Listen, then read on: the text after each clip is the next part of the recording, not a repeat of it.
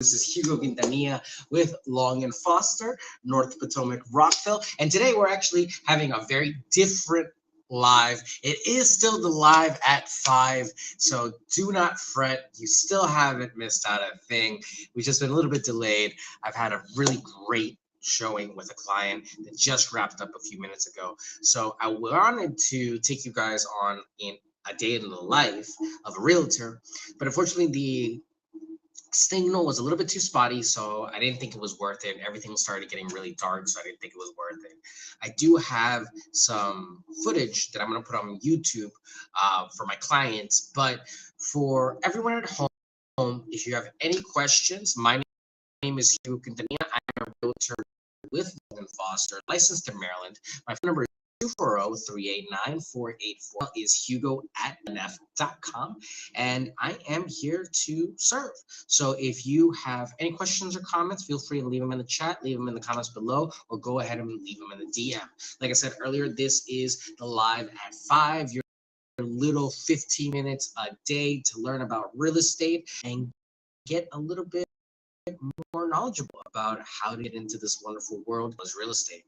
So as it's pretty chilly outside, I hope that a lot of you have been taking heed to some of the suggestions that I made yesterday and the day before about winter safety. I couldn't stop thinking about it today. I had a lot of different topics I wanted to talk about. I wanted to do a recap on this week's news, but I wanted to give it a couple more days because I think by Sunday we're going to have better news for the week than we will. So today, more than anything else, I want to talk to you guys about leasing. Unfortunately, we're still having a lot of difficulties in the market with people applying to places and not being able to get them. Yet, want to believe that things are being done correctly and things are being done right. So we want to make sure that you are putting your best foot forward and not shooting yourself in the foot, so to speak, by doing something or saying something that might hurt your chances to get into a property.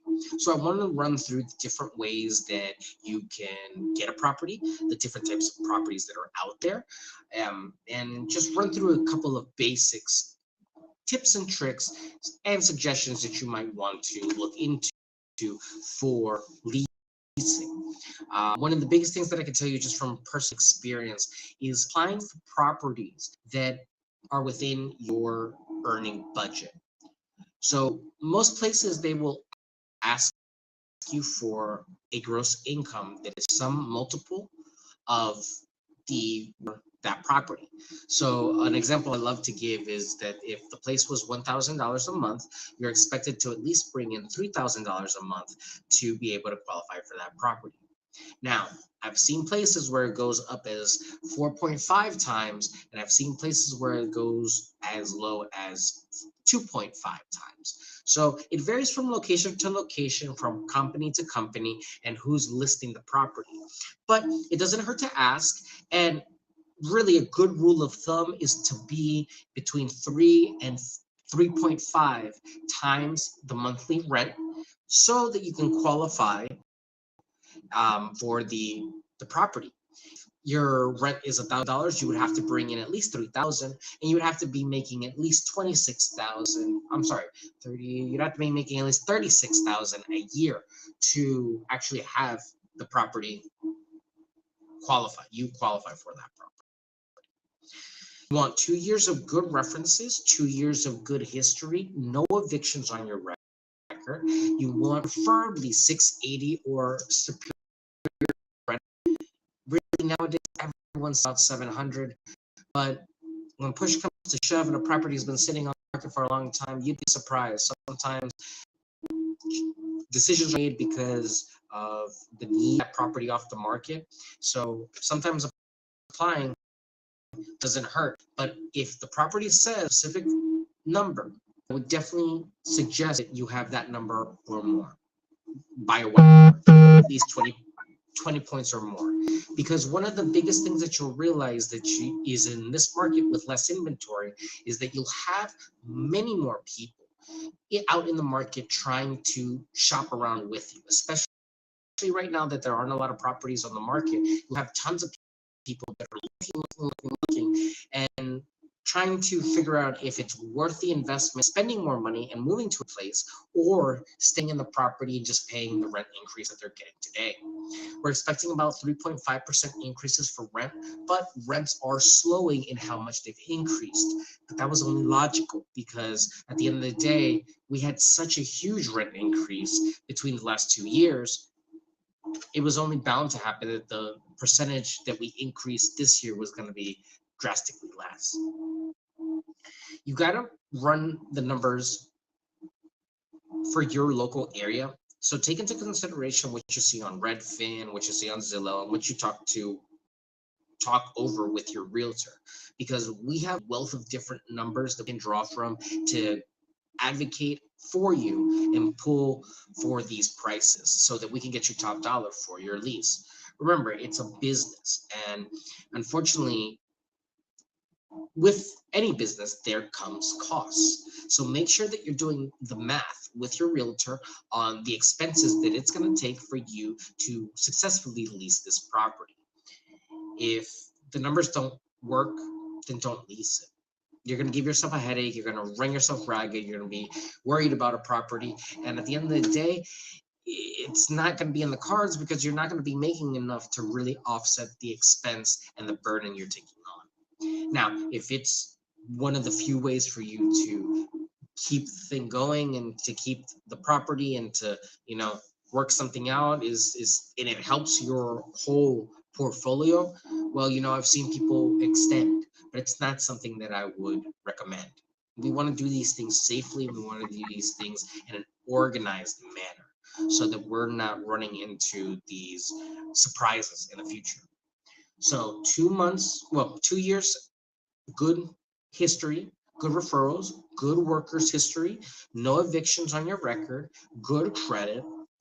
Really, if you have cover letters for your W-2s or for your 1099s, those are always nice. Recommendation letters from someone that is in your immediate world that could speak to your character and how much they know about you, that'd be something else too, have always helped.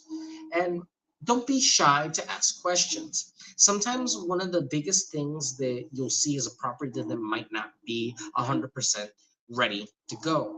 In those situations, it can be a little bit tricky because usually what you get is what you see. So make sure that you're asking questions and don't leave it up to assumptions that a property will be left a certain way or will be your expectations don't match what the reality of the situation is. You're expecting the landlord to do repairs for you when the landlord has no idea of what you're talking about. So be cognizant of your expectations and what is actually happening, because everything's negotiable in real estate, but it's a lot more negotiable when all the parties are aware and communicating than otherwise. It does us no good to not be able to communicate with the landlord and to have miscommunication between agents. So the better that you can communicate with me, the better I can communicate with them, and the better we can get you either in or out of a good or bad situation. So keep that in mind. Collections. Don't be scared if you have had collections in the past. I would say 9 times out of 10, those collections are medical.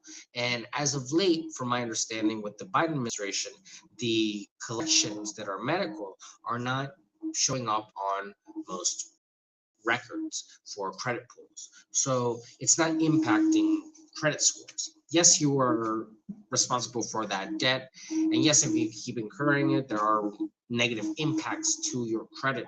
But immediately, from my understanding, that is not impacting and bringing down your credit. If you have overdue credit cards, if you have overdue phone payments, or if you do have overdue car payments, any sort of collections with your loans, anything like that can definitely impact your score and bring you down even as much as 200 points.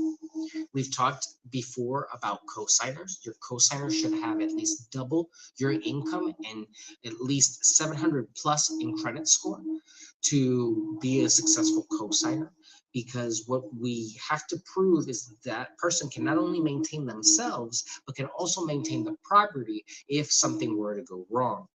Co-signers are a great way to get into a property as a first-time leasee, and it's something that a lot of us have to go through, sometimes with a parent or sometimes with a coworker or colleague or friend, because we don't have enough history on our own to either get into a property or lease on our own. So it's a great option.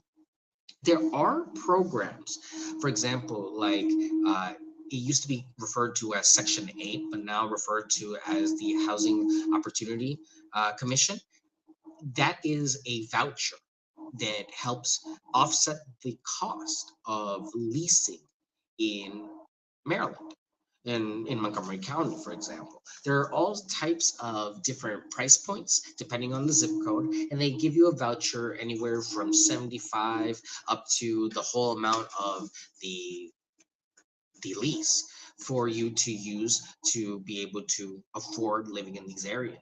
It's a great program. It is difficult sometimes to get into these programs because more than anything else, you have to realize, okay, you're getting this voucher from the government, but now we still have to turn around and compete with everyone else on the market that has 700 credit score, that has 3, 4, 5 times the rent, that has all these other great qualifying factors. But don't get discouraged. It can happen. I've seen it happen before. It is difficult, and you do have to take time with it, and you do have to be patient, not just with yourself, but also with the realtor that you're working with and the situation as a whole. It can be very, very tough, but keep working on your credit to improve it in front of landlords.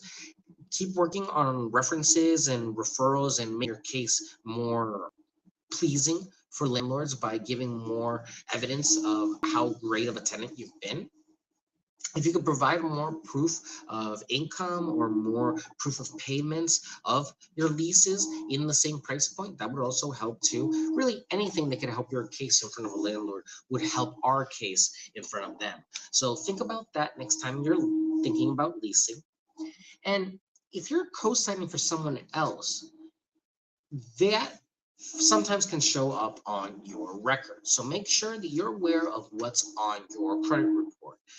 When an agent calls, we have a full report of everything that's on your credit when we pull it.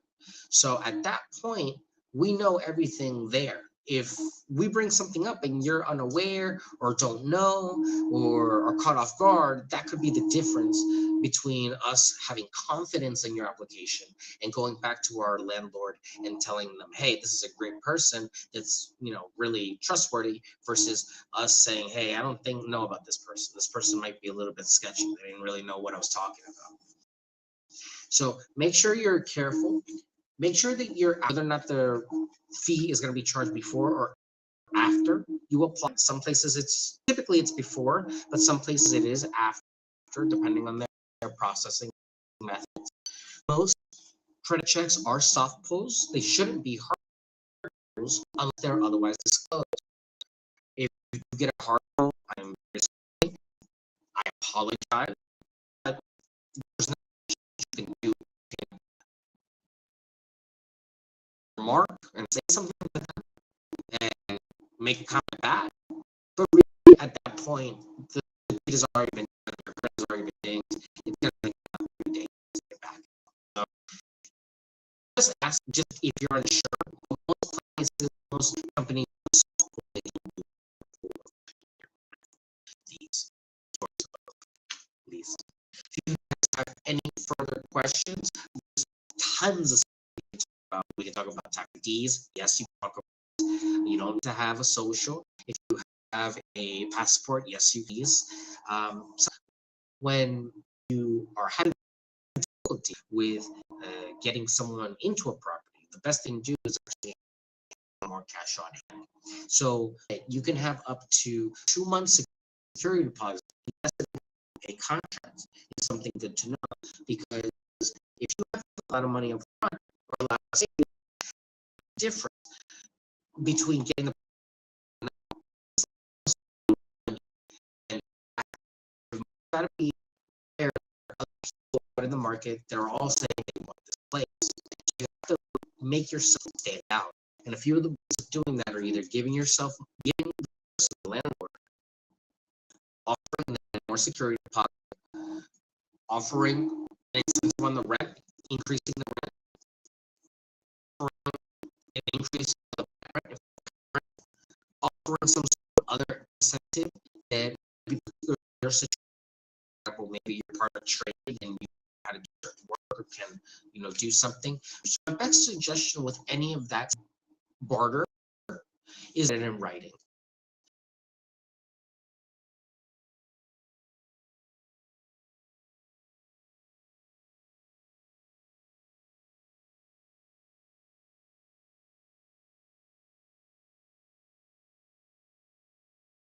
You want to make sure that everyone's on the same page and everyone has signed, so that no one can say, "Hey, I didn't know that this was going to happen," or "Hey, I didn't know that this was going to happen." Okay, so okay, guys, think about that next time you apply. Your next 2 years, have tip-top behavior if you're trying to get a place.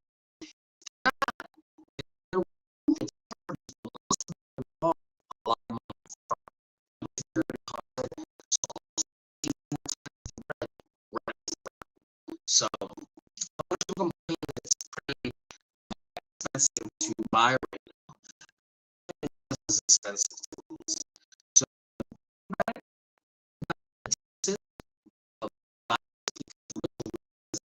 checking your credit card, processing you the exact same.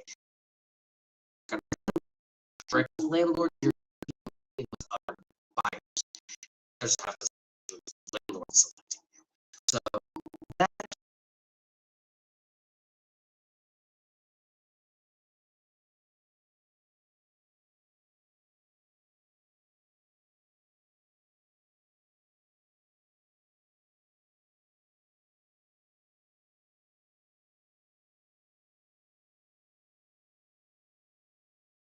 so with me today, this live at 5 today. If you let me know,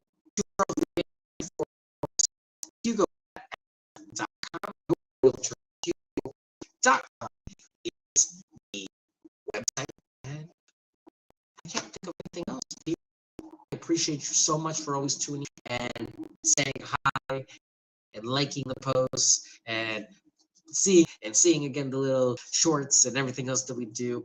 You guys make it so worth it, and I can't thank you guys enough. So thank you again, and I will see you tomorrow. Very excited for tomorrow's stream.